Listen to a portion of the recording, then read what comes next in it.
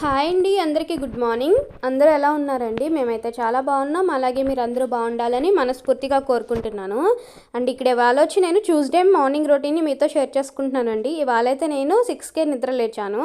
So ఇంకా బయట వెళ్తురు అనేది సరిగా రాలేదనమాట. అండ్ ఇక్కడ మార్నింగ్ లేవగానే యాజ్ యూజువల్గా బయట అంతా నీట్గా తుడిచేసుకొని కడిగేస్తాను. బయట క్లీనింగ్ పనులు అయిపోతే మనకి సగం పైగా పనులు అయిపోయినట్టే ఉంటాయి కదండి. అందుకే మార్నింగ్ నేను లేచిన తర్వాత ఫ్రెష్ అయ్యి ఇంకా ఈ తుడవడం కడగడం పనులే పెట్టేసుకుంటాను. ఇంక ఇవి అయిపోయినాయి అంటే నేను ఇంకా వంటగదిలోకి వెళ్ళి నా వర్క్స్ అనేవి స్టార్ట్ చేస్తాను అనమాట.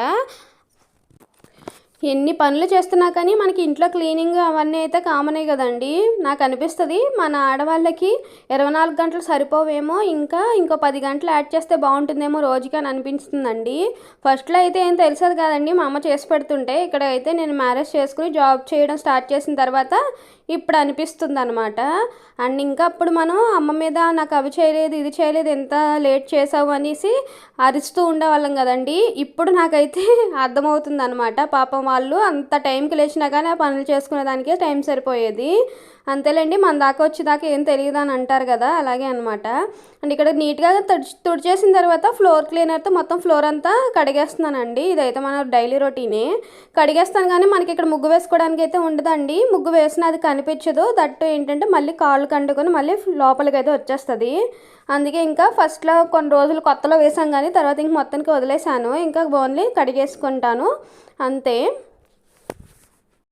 ఇవాళ కొంచెం త్వరగా లేచాను కాబట్టి నాకు ఈ వర్క్స్ అన్నీ తొందరగానే కంప్లీట్ అయిపోయాయండి. ఇంకా నేను లోపలికి వెళ్ళి ఇంకా వంట సెక్షన్ అనేది స్టార్ట్ చేస్తాను. వంట మీన్స్ టిఫిన్ అనమాట.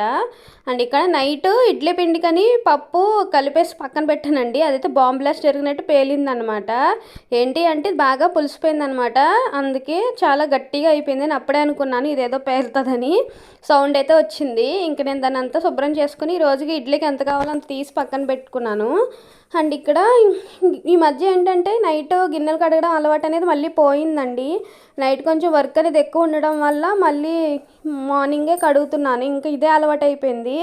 ఏదైనా అలవాటు అయితే ఇంకా అదే అయిపోతుంది కదండి. కొన్ని రోజులైతే నైట్ క్లీన్ చేయడం అలవాటు అయింది. సరే కదా అని నీట్గా క్లీన్ చేసి పడుకునేదాన్ని. ఇప్పుడు మళ్ళీ డైకి వచ్చేసాను అనమాట. మళ్ళీ పొద్దున్న చేసుకుందామని లేజినెస్ వచ్చేసింది. అంతేనండి, నాకు ఏదైనా చేస్తే 2 రోజులు చేస్తాను, మళ్ళీ మొట్టమొదటికి వచ్చేస్తాను అనమాట. ఇక్కడైతే ఇంకేం నీట్గా క్లీన్ చేసేసుకుంటున్నానండి.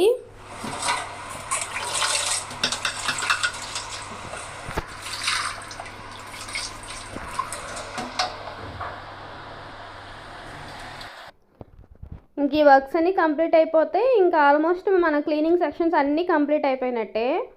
ఇంకా గిన్నెలు అనేవి కడిగేసిన తర్వాత సింకు స్టవ్ కూడా నీట్గా క్లీన్ చేసి పెట్టేసుకున్నాను. ఇక్కడైతే ఇవాళ టిఫిన్లోకి టమాటా పచ్చడి చేద్దామనేసి టమాటాలు పచ్చిమిర్చి పక్కన పెట్టుకున్నానండి.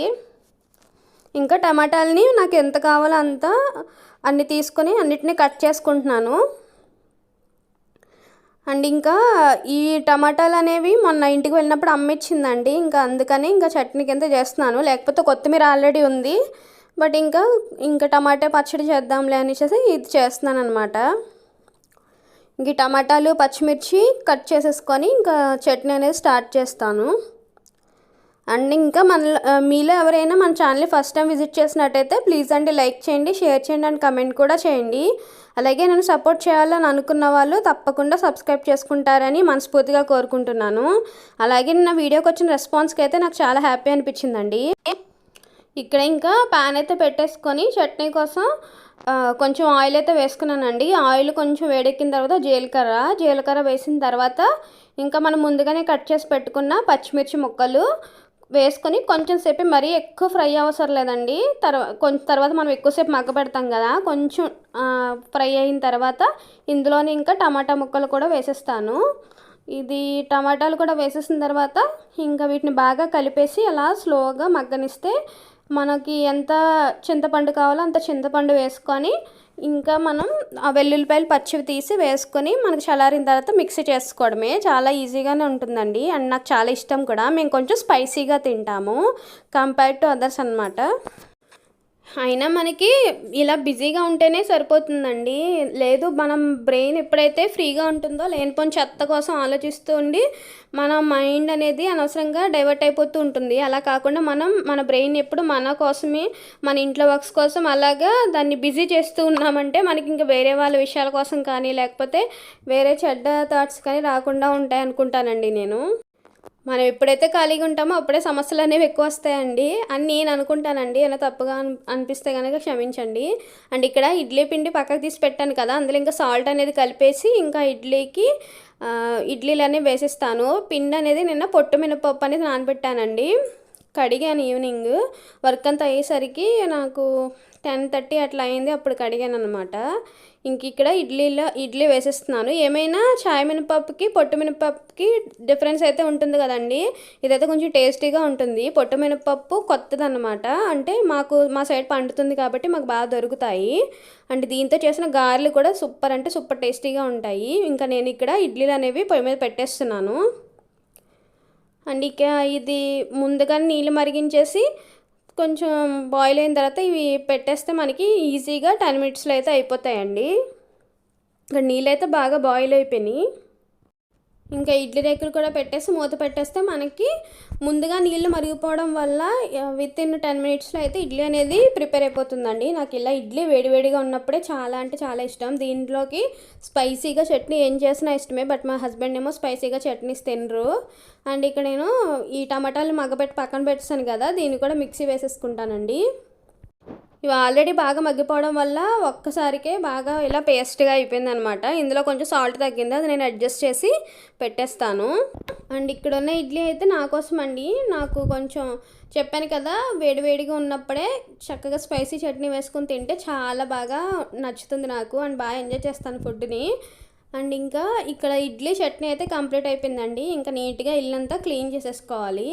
చెప్పాను కదండి, ముందు నేను దీపం అనేది నా వర్క్స్ అనేవి అన్నీ కంప్లీట్ అయిన తర్వాతే పెడతాను. పొద్దున్న లేవగానే పెట్టాలని రూల్ ఏమీ నాకు ఇంట్లోనూ లేదు. అలాగే నేను అలాంటివి పట్టించుకోను. మన ప్రశాంతంగా ఎప్పుడైతే దీపం పెట్టుకుంటామో దానికే ప్రతిఫలం ఉంటుందని నేను అనుకుంటానండి. అండ్ ఇక్కడ ఇల్లంతా నీట్గా తుడిచేసిన తర్వాత దీపం కూడా పెట్టేశాను. ఇంకా వీడియో అనేది నేను షూట్ చేయలేదు. ఇక్కడ వచ్చేసి మొన్న అమ్మ కొబ్బరి కోరి ఇచ్చిందండి ఏమైనా చేసుకో అని, అందుకే నేను కొబ్బరి ఉండలు చేస్తున్నాను. ఇందులో దీనికి ఏం చేశానంటే ముందుగా బెల్లాన్ని బాగా కోరి దానిలో కొంచెం వాటర్ వేసి బెల్లాన్ని అయితే మరిగించేసి బాగా మరిగిన తర్వాత అది కరిగిపోయిన తర్వాత పాకమే రావక్కర్లేదని బెల్లం అంతా నీట్గా కరిగిపోయిన తర్వాత దీన్ని వడకట్టేసి పక్కన పెట్టేసుకొని నేను ఏ కప్తో అయితే బెల్లం తీసుకున్నానో దాంతో 2 కప్పులు కొబ్బరి కూరని అయితే తీసుకున్నానండి.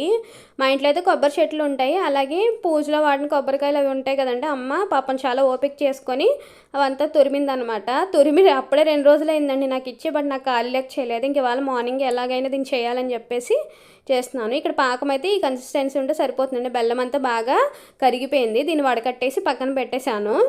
ఇంకా అదే ప్యాన్లో నేను కొంచెం 2 స్పూన్ల వరకు నెయ్యి అనేది వేసుకొని కొబ్బరిని బాగా అంటే మరీ ఎక్కువ రోస్ట్ కాకుండా వేయించుకోవాలి.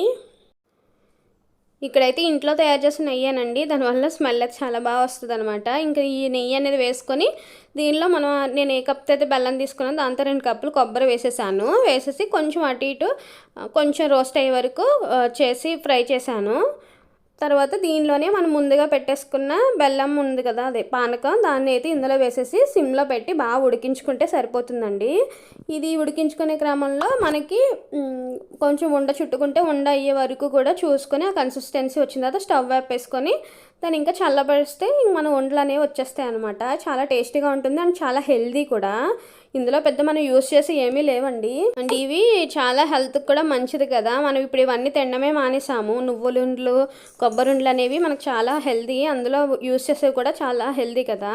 అండ్ ఇక్కడ నేను పానకం కూడా ఇందులో పానకం కూడా ఇందులో పోసేసాను. దీన్ని శుభ్రంగా కలిపేసుకొని అలా సిమ్లో మనం కొంచెం మరిగిస్తూ ఉంటే అది దగ్గరికి అవుతుంది. కొంచెం పాకం అనేది చిక్కబడుతూ ఉండడం వల్ల అది కొంచెం సేపటికి ఏమవుతుందంటే మనం చుడితే అయిపోయే కన్సిస్టెన్సీకి అది వచ్చేస్తుంది అనమాట.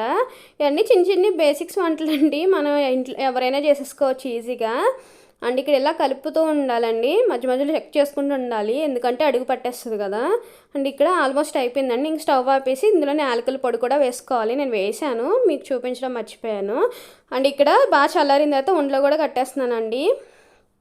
ఇంకా ఇక్కడ కూర్చుని నిదానంగా ఈ ఉండలు అనేవి చుట్టేస్తున్నాను అనమాట. చాలా అంటే చాలా బాగుందనమాట. నెయ్యి కూడా ఇంట్లో తయారు చేసింది కాబట్టి చాలా ఫ్లేవర్ఫుల్గా చాలా బాగుందని చెప్పారు మా హస్బెండ్. ఫస్ట్ తనే తిన్నారనమాట. ఇలా అయితే మొత్తం ఉండలన్నీ చుట్టేసానండి. అమ్మకు కూడా పంపించాలి, తనే కదా అన్నీ చేసింది అండి. ఇవైతే ఇంకా చుట్టేసి పక్కన పెట్టేసుకోవడమేనండి, ఇంకా అయిపోయినట్టే, ఈజీ.